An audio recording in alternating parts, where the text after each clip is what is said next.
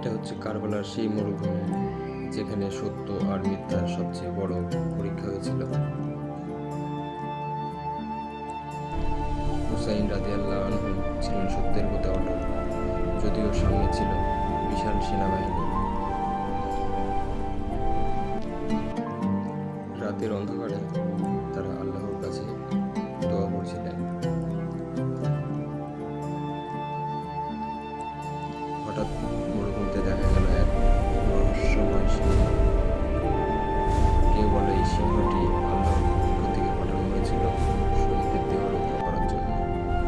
শত্রুরা ভয় পেয়ে পিছিয়ে যায়, যেন আল্লাহর শক্তি তাদের সামনে প্রকাশ পায়। কারবালা আমাদের শেখায় সত্যের পথে কখনো আপোস করা যায় না।